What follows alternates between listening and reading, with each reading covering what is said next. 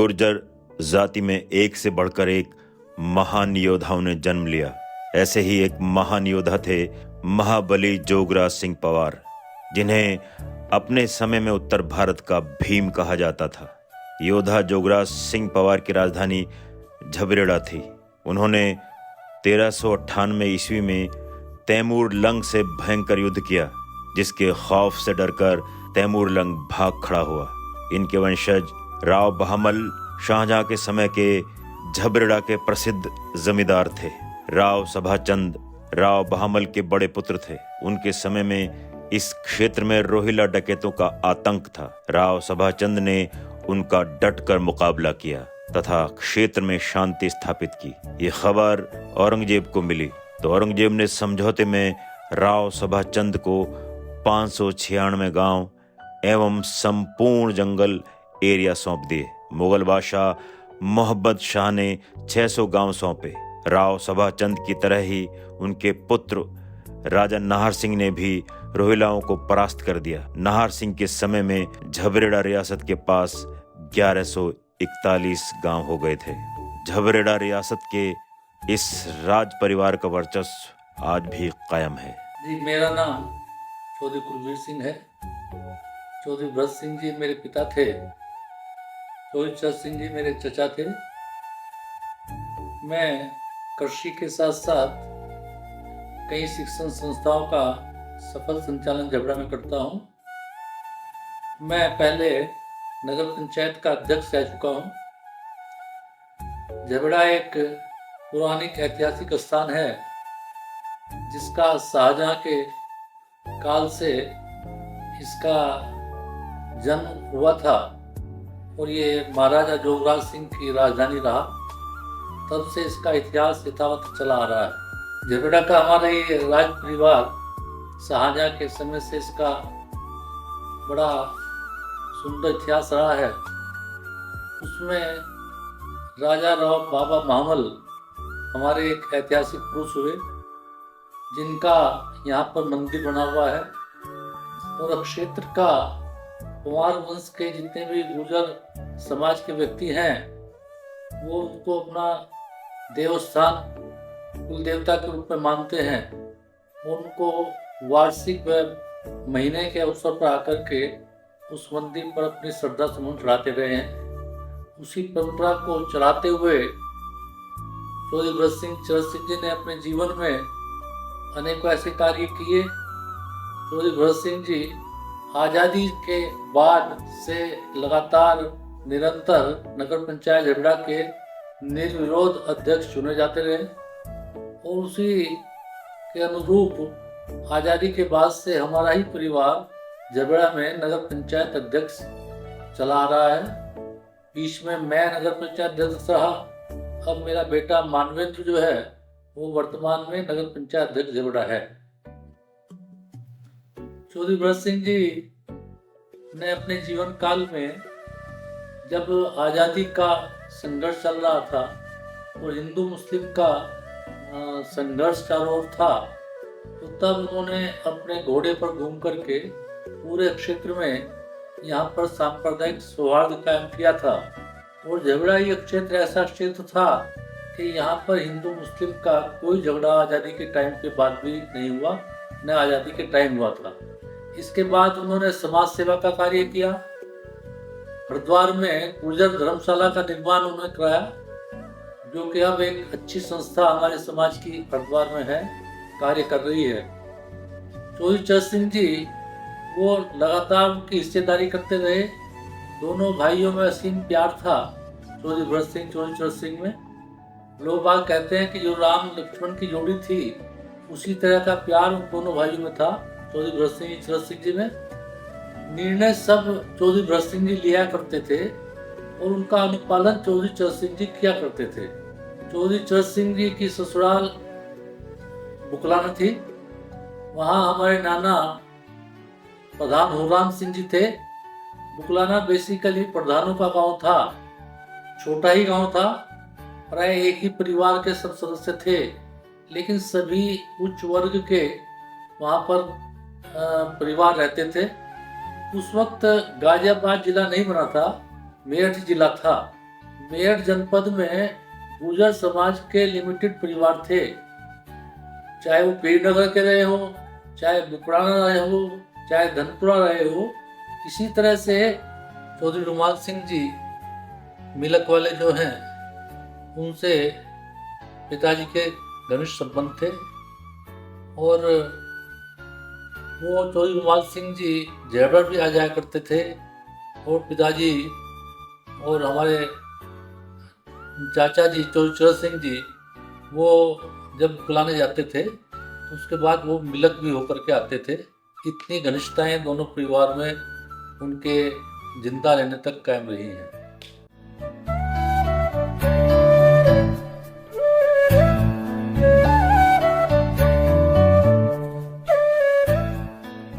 जी, मेरे पिताजी स्वर्गीय भीम सिंह सिन्हा जी एक किसान थे, उन्नतशील किसान थे, बहुत अच्छी खेती करते थे। राजनीति की शुरुआत उन्होंने अपने छात्र जीवन से ही कर दी थी, और वो शुरुआत से बिल्कुल सीढ़ी दर सीढ़ी चुनाव लड़ते लड़ते विधायक तक चुनाव उन्होंने लड़ा। शुरू में गांव सभा के चुनाव लड़े, गन्ना, हमारे यहाँ क्षेत्र में गन्ने की राजनीति है, गन्ना समिति के डेलीगेट, डायरेक्टर, सब चीज के चुनाव लड़े। उसके बाद ब्लॉक प्रमुख का चुनाव लड़े, ब्लॉक प्रमुख बने, और उसके बाद वो विधायक का चुनाव लड़े। 1980 में विधायक बने। खेती करते थे, और हम सब भी किसान परिवार है। मेरे पिताजी हाई स्कूल पास थे, और उन्हें उर्दू और फारसी का विशेष ज्ञान था। अब मैंने खुद देखा है उनको लेटर लिखते हुए, ज्यादातर उर्दू में लिखते थे। बहुत अच्छा हैंडराइटिंग था उनका उर्दू में, और उर्दू के शेर व शायरी के बहुत बड़े शौकीन थे। उस समय थोड़ा सा ऐसा भी था कि जो विधायक आते थे वो एग्रीकल्चर बैकग्राउंड से, या पॉलिटिक्स में हमारे यहाँ जिले में एग्रीकल्चर बैकग्राउंड के लोगों का बोलबाला था। आज तो शिफ्ट हो गए, वो बिजनेस पर्सन्स का हो गया। लेकिन जो नाना जी थे, वो मेरे भीम सिंह जी, उस समय पे उनके सारे लोग, उस समय पे उन्होंने जो पॉलिटिक्स का अपना कैरियर स्टार्ट किया, बेसिक से किया, और उसके बाद उन्होंने वो मुकाम हासिल किया कि इस पूरा बेल्ट में जहाँ भी ये गुर्जर समाजी जाती है, वो सर्वमान्य नेता रहे पूरा। भले ही विधायक ना रहे हो, विधायक बनने के बाद भी काफी दिन वो रहे, तो लेकिन उस समय भी उनका जो था पूरी इस गुर्जर बेल्ट में उनके जैसे कद का नेता हमारे क्षेत्र में कोई नहीं था, क्योंकि वो बिल्कुल जमीन से जुड़े हुए व्यक्ति थे। और शायद उन्होंने यहाँ सोसाइटी के लिए या समाज के लिए बहुत काम भी किया। उतना काम आजकल के विधायक और नेता नहीं कर पाते, तो उनका कद बहुत बड़ा था यहाँ पे। आज भी लोग उन्हें याद करते हैं और जानते हैं। मेरा नाम पंकज नागर है, और मैं यहाँ मवाना में प्रैक्टिस करता हूँ। यहाँ लगभग मुझे 21 साल हो गए प्रैक्टिस करते हुए। मेरे जो दादा थे स्वर्गीय विधि चंद नागर जी, वो एग्रीकल्चरिस्ट थे, लेकिन उसके साथ साथ उन्होंने समाज सेवा और पॉलिटिक्स में भी हाथ आजमाया। उन्होंने यहाँ मवाना ब्लॉक के लगभग 25 साल वो प्रमुख रहे। और गांव हमारा है डिकोली। उस समय कासिम भी ऐसा कोई ज़्यादा रोल प्ले नहीं करता था। लगभग आजीवन वो प्रधान रहे। उसके बाद नगर पालिका ही वहाँ पे आ गई। कोऑपरेटिव बैंक के भी वो चेयरमैन रहे, और गन्ना समिति के चेयरमैन रहे। और उसी से मेरे जो नाना जी हैं और दादाजी, वो एक्चुअल में एक ही साथ पॉलिटिकल कैरियर था उनका। वो दादाजी और नाना जी जो थे वो पहले एक दूसरे को इसी बैकग्राउंड से, वो भी मेरे नाना जी भी स्वर्गीय भीम सिंह सिन्हा जी, वो यहाँ पे वो भी उसी गन्ना समिति, उसी कोऑपरेटिव में पॉलिटिक्स कर रहे थे, उसी जिला पंचायत में जहाँ मेरे दादाजी थे। फिर इन लोगों ने आगे चल के नाना जी विधायक भी बने, जिला अध्यक्ष रहे कांग्रेस पार्टी के। मैं भी वैसे, मेरे राजा नैन सिंह जी थे, उनकी बैकग्राउंड से आता हूँ। वो लगभग अब से लगभग 551 साल पहले उनका यहाँ इस एरिया में शासन रहा। अब तो उसके बाद लगभग जमींदारा तक मेरे दादाजी खुद जमींदार रहे हैं 15-20 गांव के। बाद में वो जमींदारा में, क्योंकि फैमिली बड़ी होती रही, डिवाइड होती रही, तो बाद में वो छोटी सी रियासत जमींदारे में बदल गई। और जब देश आज़ाद हुआ तो मेरे परदादा स्वर्गीय चंदन सिंह जी ने मूवमेंट में काम किया। और जमींदार होते हुए वो जो हमारे देश का मूवमेंट चला, जो जमींदारा खात्मे का मूवमेंट चला, जो सरदार पटेल ने रियासतों का एकीकरण चलाया, जमीन उसके साथ रहे वो, यानी कि जनता के लोग थे, पब्लिक के साथ लड़े। और इन रियासतों को, और इस छोटी सी जमींदारी या कोई भी हो, उसमें पूरा देश के हित में, देश निर्माण में किया। इसलिए उन्हें उसका सम्मान भी मिला स्वतंत्रता सेनानी का, लेकिन उन्होंने उसके लिए किसी गवर्नमेंट लाभ या किसी गवर्नमेंट पॉलिसीज को सबको मना किया, कोई भी लाभ उन्होंने ऐसा नहीं उठाया। मेरे परदादा थे स्वर्गीय चंदन सिंह जी, वो ही लास्ट जमींदार आप कह सकते हैं। उसके बाद जमींदारा खात्मा कानून लागू हुआ, या लास्ट आप कह लीजिए कि इस रियासत के वारिस स्वर्गीय चंदन सिंह। मोहाना में उन्होंने गुर्जर कॉलेज की स्थापना की, ऑनरेरी मजिस्ट्रेट उन्होंने उनको गवर्नमेंट ने बनाया। वो उस समय भी पढ़े लिखे व्यक्ति थे और इंटरमीडिएट के बाद उन्होंने एलएलबी किया बाहर से जाके, और एलएलबी के साथ साथ उन्होंने प्रैक्टिस भी की। बाद में उन्हें ऑनरेरी मजिस्ट्रेट बनाया। स्वतंत्रता मूवमेंट में भी उन्होंने पार्ट लिया। उनके बेटे मेरे जो दादाजी थे स्वर्गीय विधिचंद नागर जी, हम गांव में जिस गांव में रहते हैं वहाँ आजकल तो सब कास्टिज्म का फैक्टर हो गया। हम अकेली अपनी गुर्जर बिरादरी की एक फैमिली हमारी वहाँ पे है, नहीं तो वहाँ 100% जो है गांव जो है वो ठाकुर बिरादरी के लोगों का है। लेकिन मेरे दादाजी लगभग आजीवन प्रधान रहे उस गांव के। उसके बाद ब्लॉक प्रमुख बने स्वर्गीय विधिचंद नागर जी, और उन्होंने जो था गन्ना समिति कोऑपरेटिव बैंक के चेयरमैन रहे। बिल्कुल एग्रीकल्चर बैकग्राउंड से आते थे और एग्रीकल्चर बैकग्राउंड के साथ साथ समाज सेवा करके राजनीति में आए और लगभग 25 साल मोहाना ब्लॉक के प्रमुख रहे। आदरणीय स्वर्गीय रुमाल सिंह जी, गांव मिलक लच्छी, मेरे पिताजी इनके बारे में अक्सर जिक्र किया करते थे कि आदरणीय रुमाल सिंह जी मिलक लच्छी के हमारे समाज के बहुत बड़े सम्मानित लोग हैं। उनके बेटे आदरणीय धर्मपाल जी, मैं उनको मिला भी हूँ और व्यक्तिगत रूप से जानता भी हूँ। बहुत ही अच्छे और नेक इंसान थे।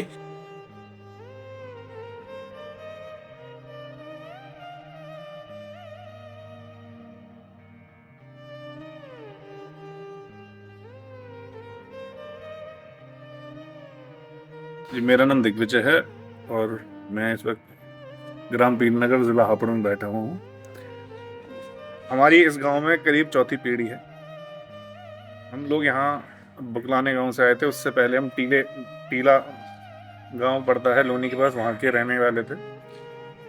और हमारा एक गुजर बिरादरी में एक जमींदार परिवार रहा है। और हमारे जो बड़े बूढ़े हैं अपने वक्त में उन्होंने अच्छे कार्य करे अपनी बिरादरी के लिए भी और परिवार के लिए तो खैर किए ही। कि हमारे जो दादा के बड़े भाई थे प्रधान जयकरण सिंह, वो 15 साल की उम्र में ऑनरेरी मजिस्ट्रेट रहे, ठीक है, जो अपने आप में एक बहुत बड़ी उपलब्धि है। उसके अलावा उनकी मृत्यु के बाद वो बहुत कम उम्र में गुजर गए थे, करीब 36 साल के। उसके बाद हमारे दादा प्रधान पीतम सिंह यहाँ काम देखने लगे। 2 बार विधायक रहे, एक बार खेकड़े से, एक बार हसनापुर से। उसके बाद 1973 51 साल की उम्र में उनकी मृत्यु हो गई। उसके बाद हमारे फादर ने यहाँ कार्यभार संभाला, परिवार की जिम्मेदारी संभाली, वो प्रमुख रहे यहाँ के।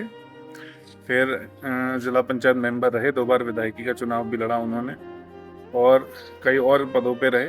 1999 में उनकी भी मृत्यु हो गई और तब मेरी उम्र 19 साल थी और मैं यहाँ खेती का मैंने फिर यहाँ काम संभाला।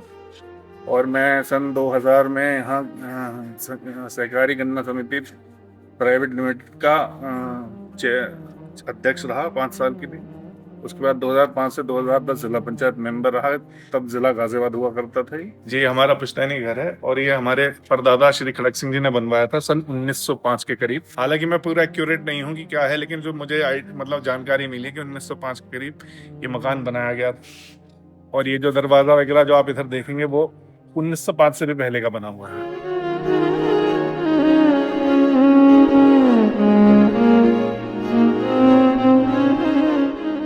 मेरा नाम देवेंद्र प्रधान है और 2005 में मैं जिला परिषद मेंबर बना। उसके बाद जिला विकास योजना समिति होती है जिले की, उसका सदस्य रहा और उसके लगातार मैं राजनीति में समाज सेवा करता आ रहा हूँ। जो अगर पिछड़े लोग हैं या गरीब लोग हैं उनको किस रूप में मदद हो सकती है, मैं वो हमेशा उनको आगे बढ़ के सोचता हूँ। और मेरे जो दादाजी थे प्रधान जयकरण सिंह जी, लगभग 32 साल की उम्र में ऑर्डिनरी मजिस्ट्रेट रहे थे और गुर्जर समाज में एक उनका अच्छा जाना पहचाना नाम था, क्योंकि उन्होंने एक किसान डिग्री कॉलेज सिंभावली में संस्थापक के रूप में उन्होंने कार्य किया। मवाना गुजर कॉलेज है, वहाँ पे वो संस्थापक रहे। उसी वजह से उनकी सोच थी कि हमारा समाज एक एजुकेशन की तरफ ध्यान दे, जो हमारे नौजवान साथी एजुकेशन लेके आगे बढ़े, अच्छी अच्छी नौकरियां प्राप्त करें। उसी का फ़ायदा हमारे छोटे दादाजी प्रधान प्रीतम सिंह जी जब लॉ करने के बाद राजनीति में आए तो उन्होंने पहला चुनाव मवाना हस्तिनापुर से लड़ा था और उसका उन्हें फ़ायदा मिला। और उनके नाम के आगे की प्रधान जयगन सिंह जी के छोटे भाई प्रधान प्रीतम सिंह जी चुनाव लड़ने आए हैं, तो जनता ने उन्हें भरपूर समर्थन दिया और वहाँ से विधायक बना के भेजा था। उसके बाद वो लोनी से विधायक रहे प्रधान प्रीतम सिंह जी, वहाँ से भी जनता का समर्थन और आशीर्वाद मिला और हमें इतना अच्छा प्यार मिला लोगों का कि आज तक उसका उनके जो कर्म थे, ऐसे कार्य किए उन्होंने कि उनका प्यार आशीर्वाद समाज का हमें आज तक मिलता है।